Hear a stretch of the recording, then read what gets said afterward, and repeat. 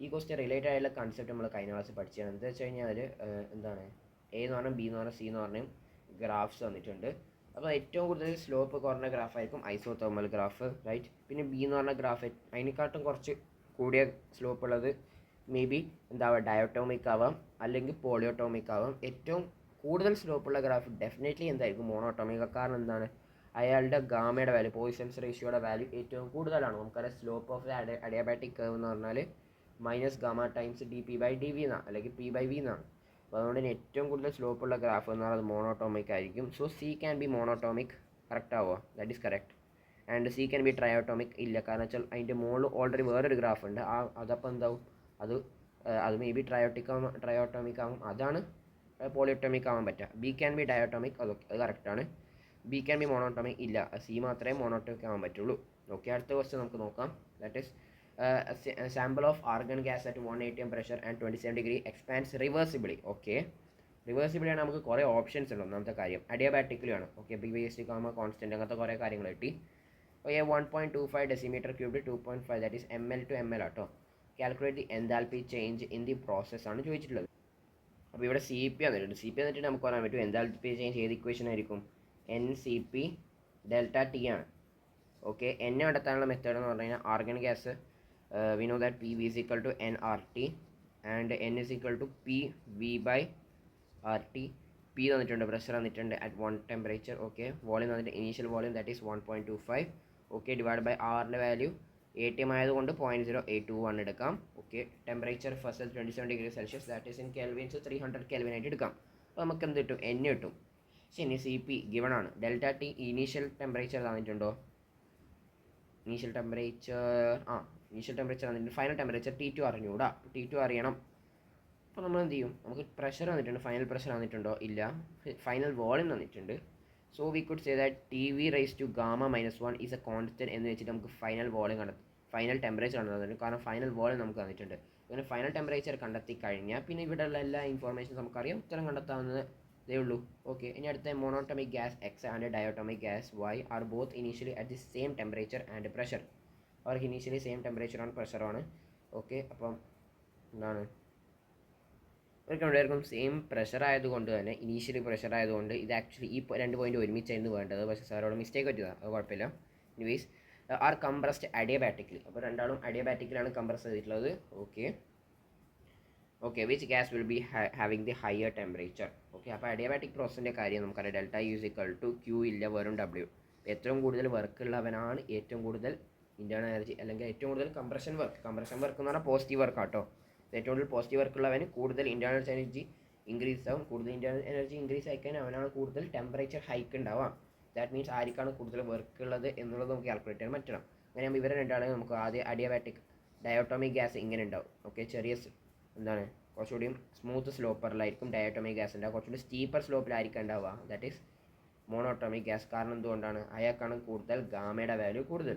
ശരി, അങ്ങനെയാ സമയത്ത് ആർക്കാണ് കൂടുതൽ വർക്ക് എന്ന് ചോദിച്ചു കഴിഞ്ഞാൽ ദാറ്റ് ഇസ് എന്താണ് നമ്മുടെ ഡയോട്ടോമിക് ഗ്യാസിനാണ് കൂടുതൽ വർക്ക് പറഞ്ഞിട്ട്. ഇപ്പോൾ ആരാണ് കൂടുതൽ സ്റ്റീപ്പർ ഇവിടെ, ഡെഫിനറ്റ്ലി ഇയാളാണ് കൂടുതൽ സ്റ്റീപ്പർ. ദാറ്റ് മീൻസ് ഇയാളാണ് മോണോട്ടോമിക്. സോ ആർക്കാണ് കൂടുതൽ വർക്ക് ഉള്ളത്, മോണോട്ടോമിക് ആയിട്ടുള്ള എക്സ് ഗ്യാസിനാണ് കൂടുതൽ വർക്ക്. ദാറ്റ് മീൻസ് അയാൾക്കാണ് കൂടുതൽ ഇൻറ്റേർണൽ എനർജി കൂടുതൽ. സോ അയാൾക്കാണ് കൂടുതൽ ഇൻറ്റേർണൽ എനർജി, അയാളുടെ ഫൈനൽ ടെമ്പറേച്ചറൊക്കെ കൂടുതൽ. കാരണം അവിടെയാണ് ഏറ്റവും കൂടുതൽ ടെമ്പറേച്ചർ ഹൈക്ക് ഉണ്ടാവുക. സോ എക്സ് ആണ് ഉത്തരം. Done. The comparison of work done in gas in different process. നമ്മുടെ കയ്യിലുള്ള പല പ്രോസസ്സ് ഉണ്ട്. ഓക്കെ, ഒരു പെർട്ടിക്കുലർ സ്റ്റേറ്റ് ആണ് തുടങ്ങുന്നത്. ഓക്കെ, പെർട്ടിക്കുലർ സ്റ്റേറ്റിലേക്ക് നിർത്തുന്നുണ്ട്, ഓരോ പ്രഷറിലേക്ക് നിർത്തുന്നുണ്ട്. എനിവേസ് ഫസ്റ്റ് നമുക്ക് ഐസോബാറിക്, ഈ പർട്ടിക്കുലർ സ്റ്റേറ്റ് എന്ന് തുടങ്ങിയിട്ടുണ്ടെങ്കിൽ എന്താണ് ഐസോബാറിക് നോക്കാം. ഐസോബാറിക് എന്ന് പറഞ്ഞാൽ പ്രഷർ കോൺസ്റ്റൻറ്റ്. അപ്പോൾ നമുക്ക് നോക്കാം, ആ ഒരു പർട്ടിക്കുലർ വോളിയം വരെ അയാൾ എക്സ്പാൻഡ് ആവും. അയാൾ ഇഷ്ടമുള്ള വോളിയം കേട്ടോ. അങ്ങനെയാണെങ്കിൽ നോക്കി നോക്കാം, അവിടെയുള്ള എന്താ കൂടുതൽ, അവിടെയുള്ള വർക്കാണ് ഏറ്റവും കൂടുതലെന്ന് നമുക്ക് പറയാൻ പറ്റും. കറക്റ്റ് അല്ലേ? കറക്റ്റാണ്. ഇനി അടുത്തത് എന്താണ്, അടുത്തത് നമുക്ക് പറയാനുള്ളത് അടുത്തത് ഐസോതേർമലാണ്. ഐസോതേർമൽ കുറച്ചും കൂടി സ്ലോപ്പ് കുറഞ്ഞ ഗ്രാഫ്. ശരി, അപ്പോൾ അയാൾക്ക് അത്യാവശ്യം ഐസോബാറിക്കിനേക്കാളും കൂടുതൽ വർക്ക് ഉണ്ട്, അല്ല അതിനേക്കാളും കുറവുണ്ട് വർക്ക്, കുറച്ച് ഏരിയ കുറവുണ്ട്.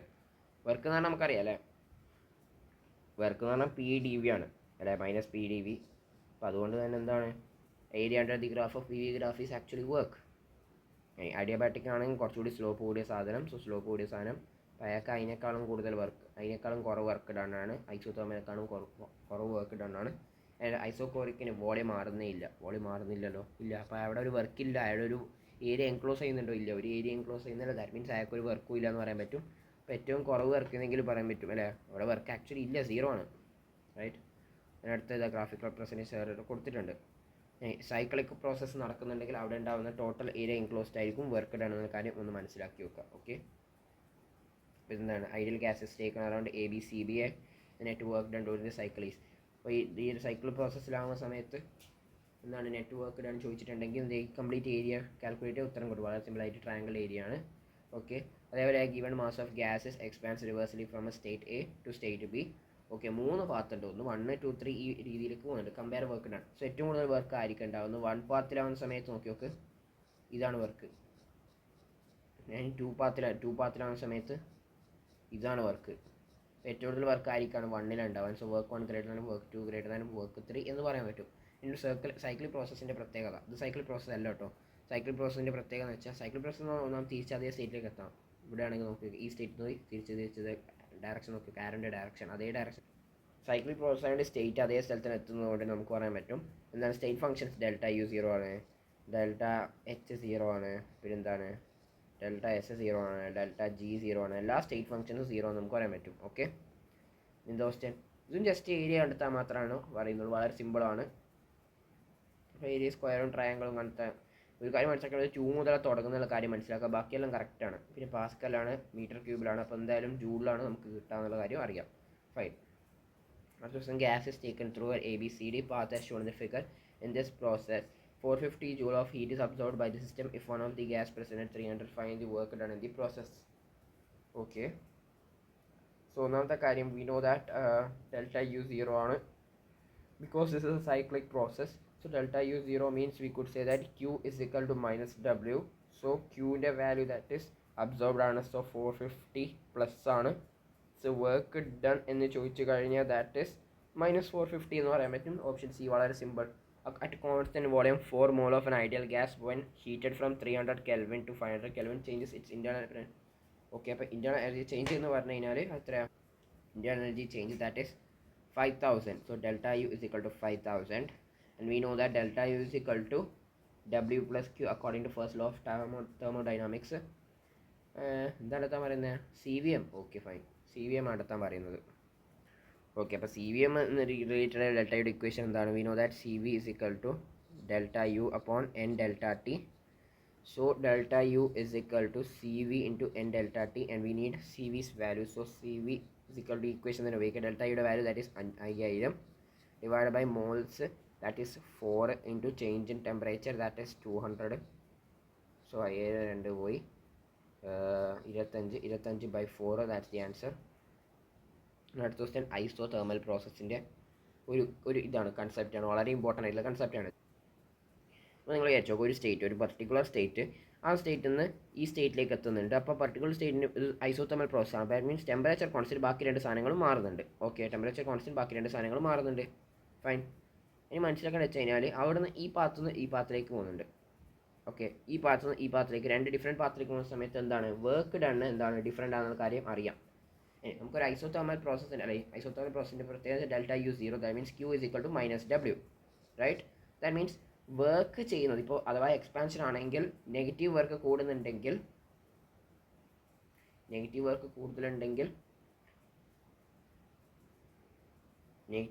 നമ്മൾ കൂടുതലായിട്ട് ഹീറ്റ് അപ്ലൈ ചെയ്തിട്ടുണ്ടെങ്കിൽ സ്വാഭാവികമായിട്ട് നമ്മൾ കൂടുതൽ ഹീറ്റ് അപ്ലൈ ചെയ്തിട്ടുണ്ടെങ്കിൽ കൂടുതൽ നെഗറ്റീവ് വർക്ക് ചെയ്യും എന്നുള്ള കാര്യം നമുക്ക് അറിയാം. ഓക്കെ. അപ്പോൾ അത് തന്നെയാണ് നമ്മൾ എത്രത്തോളം പണി കൊടുക്കുന്നുണ്ടോ അല്ലെങ്കിൽ എത്രത്തോളം വർക്ക് പുറത്തുനിന്ന് കൊടുക്കുന്നുണ്ടോ അതിനനുസരിച്ചിട്ട് അയാളുടെ ഹീറ്റ് പുറത്തോട്ടേക്ക് എമിറ്റ് ചെയ്യും എന്നുള്ള കാര്യം നമുക്കറിയാം. ഓക്കെ. അതുകൊണ്ട് തന്നെ അവിടെ ടെമ്പറേച്ചറിന് ഒരു വ്യത്യാസം ഇല്ല എന്നുള്ള കാര്യം നമുക്ക് അറിയുന്ന കാര്യം തന്നെയാണ്. പിന്നെ പ്രഷറും വോളിയം എപ്പോഴും നമുക്ക് അങ്ങോട്ടും ഇങ്ങോട്ടും നമുക്ക് ബാലൻസ് ആയിട്ട് ചെയ്യാൻ പറ്റും. P1 V1 നമുക്ക് P2 V2ലേക്ക് എത്തണം. ഓക്കെ. അത് 2-3 വഴിയിലൂടെ പോകുന്നുണ്ടെങ്കിൽ പോലും ഇതിലൂടെ പോയാലും ഏത് പാത്തിലൂടെ പോയി കഴിഞ്ഞാലും നമുക്ക് പ്രഷറും വോളിയം നമുക്ക് 2-3 പാത്തിലൂടെയും നമുക്ക് കോൺസ്റ്റൻ്റ് ആയിട്ട് ഏതെങ്കിലും 2-3 പാത്ത് എന്ന് പറഞ്ഞാൽ 2-3 വഴിയിലൂടെ പോയി കഴിഞ്ഞാൽ നമുക്ക് ഇതേ സ്റ്റേറ്റിലേക്ക് എത്താൻ പറ്റും. പക്ഷേ ടെമ്പറേച്ചറിലാണ് നമുക്ക് ഡൗട്ട് ഉണ്ടാവാൻ. ടെമ്പറേച്ചറിൽ നമുക്ക് ഡൗട്ട് ഉണ്ടെങ്കിൽ ഇതൊരു ഐസോതെർമൽ പ്രോസസ്സാണ്. ഐസോതെർമൽ പ്രോസസ്സിൽ നമുക്ക് ഇതേ ടെമ്പറേച്ചറിലേക്ക് എത്തിക്കാൻ പറ്റും. കാരണം എന്ന് വെച്ചാൽ നമ്മൾ കൊടുക്കുന്ന വർക്ക് കംപ്ലീറ്റ് ആയിട്ട് ഹീറ്റായിട്ട് പോകുന്നുണ്ടോ, അല്ലെങ്കിൽ നമ്മൾ കൊടുക്കുന്ന കംപ്ലീറ്റ് ഹീറ്റ് വർക്കായിട്ടൊക്കെ പോകുന്നുണ്ട്. അതുകൊണ്ട് തന്നെ നമുക്ക് ടെമ്പറേച്ചർ കോൺസ്റ്റൻ്റ് ആയിട്ട് മാറ്റാൻ പറ്റും. ഇൻറ്റേർണൽ എനർജിക്ക് ചേഞ്ച് ഇല്ലാണ്ട് തന്നെ അതുകൊണ്ട് ടെമ്പറേച്ചർ കോൺസ്റ്റൻ്റ് ആക്കാൻ പറ്റും. ദാറ്റ് മീൻസ് നമുക്ക് ഐസോതെർമൽ പ്രോസസ്സിന് ഒരു പർട്ടിക്കുലർ സ്റ്റേറ്റിൽ നിന്ന് പർട്ടിക്കുലർ സ്റ്റേറ്റിലേക്ക് എത്തണമെങ്കിൽ നമുക്ക് പല ഇൻഫൈനൈറ്റ് പാർട്സ് ഉണ്ട്. അതിനകത്ത് ഒരു പാത്ത് എന്ന് പറഞ്ഞാൽ ഡെഫിനറ്റ്ലി റിവേഴ്സിബിൾ പാത്തായിരിക്കും, വളരെ ഇൻഫൈനൈറ്റ് സ്റ്റെപ്സിലുള്ള പാത്ത്. ബാക്കിയുള്ള എല്ലാ പാത്തുകളും ഇറിവേഴ്സിബിൾ പാത്തുകളായിരിക്കും. നമുക്കപ്പോൾ ഒരു സ്റ്റേറ്റ് മറ്റേ സ്റ്റേറ്റിലേക്ക് വേണമെങ്കിൽ കുറേ പാർട്സ് ഉണ്ട്, ഇൻഫൈനൈറ്റ് പാർട്സ് എന്നുള്ള കാര്യം മനസ്സിലാക്കാം. ഓക്കെ, അതാണ് ഇവിടെ കുറച്ച് information. Delta U zero, delta U, we have infinite parts joining. ഇപ്പോൾ ഞാൻ പറഞ്ഞ കൺസെപ്റ്റ്സ് ഒക്കെ ഓക്കെ. ഒരു കാര്യം മനസ്സിലാക്കി വെച്ചാൽ പ്രഷറും വോളിയം നമുക്ക് സുഖമായിട്ട് എത്തിക്കാൻ പറ്റും. കാരണം ഏത് പാത്തിലൂടെ പോയി കഴിഞ്ഞാലും അവിടെ വർക്കിൻ്റെ കാര്യങ്ങൾ പ്രശ്നങ്ങളൊന്നുമില്ല. അപ്പോൾ അത് ചേഞ്ച് ചെയ്യാണ്ട് തന്നെ നമുക്ക് ഡയറക്റ്റ് ഏതെങ്കിലും സ്റ്റേറ്റിലേക്ക് പല രീതിയിൽ എത്തിക്കാൻ പറ്റും. പക്ഷേ പല രീതിയിലേക്കും ടെമ്പറേച്ചറിൻ്റെ കാര്യത്തിലാണ് നമ്മൾ ചിന്തിക്കേണ്ടത്. ടെമ്പറേച്ചറിലേക്ക് കാര്യത്തിൽ പല രീതിയിലേക്ക് പോകുന്ന സമയത്ത് വർക്കിന് വ്യത്യാസമുണ്ട്. വർക്കിന് വ്യത്യാസം ഉണ്ടാകുമ്പോൾ ഇന്ത്യൻ എനർജിക്ക് ചേഞ്ച് ഉണ്ടാവാം. അതുകൊണ്ട് നമുക്ക് കുറച്ച് കൺസെപ്റ്റിൽ ഡൗട്ട് ഉണ്ടാവും. ഇനി അഡിയാബാറ്റിക് പ്രോസസ്സിന് നമുക്കൊരു കാര്യം മനസ്സിലാക്കണം വെച്ചാൽ ഒരു സ്റ്റേറ്റിൽ നിന്ന് മറ്റേ സ്റ്റേറ്റിലേക്ക് പോകണമെങ്കിൽ അഡിയാബാറ്റിക് പ്രോസസ്സിന് പ്രത്യേകത എന്താണ്? അവിടെ ടെമ്പറേച്ചർ കോൺസ്റ്റൻ്റ് അല്ല. അഡിയാബാറ്റിക് പ്രോസസ്സിന് ഒരു പാത്തിൽ നിന്ന് അല്ല ഒരു സ്റ്റേറ്റിൽ നിന്ന് മറ്റേ സ്റ്റേറ്റിലേക്ക് എത്തണമെങ്കിൽ ആകെ ഒറ്റ പാത്തിൽ മാത്രമേ നമുക്ക് ഫോളോ ചെയ്യാൻ പറ്റുള്ളൂ. ഇനി നമ്മൾ വേറൊരു പാത്തിലേക്ക് ഫോളോ ചെയ്തിട്ട് ഇതേ സ്റ്റേറ്റിലേക്ക് എത്തുന്ന സമയത്ത് മേ ബി നമുക്ക് പ്രഷറും വോളിയം ഒക്കെ നേരത്തെ സ്റ്റേറ്റിലേക്കുള്ള പ്രഷറും വോളിയം കിട്ടായിരിക്കും. പക്ഷേ നമുക്ക് ടെമ്പറേച്ചർ അത് സെയിം ആക്കാൻ പറ്റും. പ്രഷറും വോളിയം വലിയ കുഴപ്പമൊന്നുമില്ല, നമുക്ക് നേരത്തെ അതേ സ്റ്റേറ്റിലേക്ക് എത്തിക്കാൻ പറ്റും, ഒരു കുഴപ്പമില്ല. കാരണം വെച്ചാൽ അത് വർക്കിനും ഡിപ്പെൻഡ് ചെയ്യുന്നത്. പക്ഷേ ടെമ്പറേച്ചർ നമുക്ക് മാറ്റാൻ പറ്റില്ല. കാരണം വെച്ചാൽ എന്താ, നമ്മൾ ഇതിലൂടെ പോകുന്ന ഈ പാത്തിലുള്ള വർക്ക് ഡെഫിനറ്റ്ലി സീറോ ആണ്. കാരണം വർക്ക് ഈസ് പാത്ത് ഡിപ്പെൻഡൻറ്റ്. അപ്പോൾ വർക്ക് ഡിഫറെൻറ്റ് ആകുന്നതുകൊണ്ട് തന്നെ ഇതൊരു ഐസോതെർമൽ പ്രോസസ്സും അല്ല. വർക്ക് ഡിഫറെൻ്റ് ആണ്. വർക്ക് ഡിഫറെൻ്റ് ആണെങ്കിൽ സ്വാഭാവികമായിട്ടും ഇൻറ്റേർണൽ എനർജിക്ക് ഉണ്ടാകുന്ന ചേഞ്ച് അത് ഡിഫറെൻ്റ് ആണ്. സോ അത് ഡിഫറെൻ്റ് ആയതുകൊണ്ട് തന്നെ because we know that delta U is equal to W for isothermal process, adiabatic process, because Q is zero. അപ്പോൾ അതുകൊണ്ട് തന്നെ അവിടെ ഉണ്ടാകുന്ന വർക്ക് ഡിഫറെൻ്റ് ആയതുകൊണ്ട് അവിടെ ഉണ്ടാകുന്ന ചേഞ്ച് ഇൻറ്റേർണൽ എനർജി ഡിഫറെൻ്റ് ആണ്.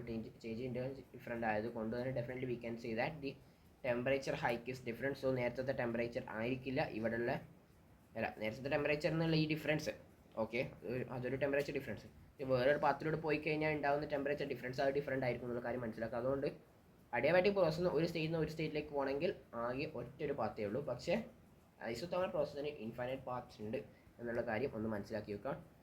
അപ്പോൾ ഇതിൻ്റെ നമ്മൾ എവിടെ പഠിക്കും, എൻതാൽപ്പിയിൽ പഠിക്കാൻ പോകുന്നുണ്ട്. ഇതിൻ്റെ ഒരു കുറച്ച് method delta U equal to നമ്മളിപ്പം പറഞ്ഞ കൺസെപ്റ്റ് തന്നെയാണ്. ഇവിടെ വർക്ക് ഡിഫറെൻ്റ് ആയതുകൊണ്ട് ഇൻറ്റേർണൽ എനർജി ഡിഫറെൻ്റ് ആണ്, ഫൈൻ.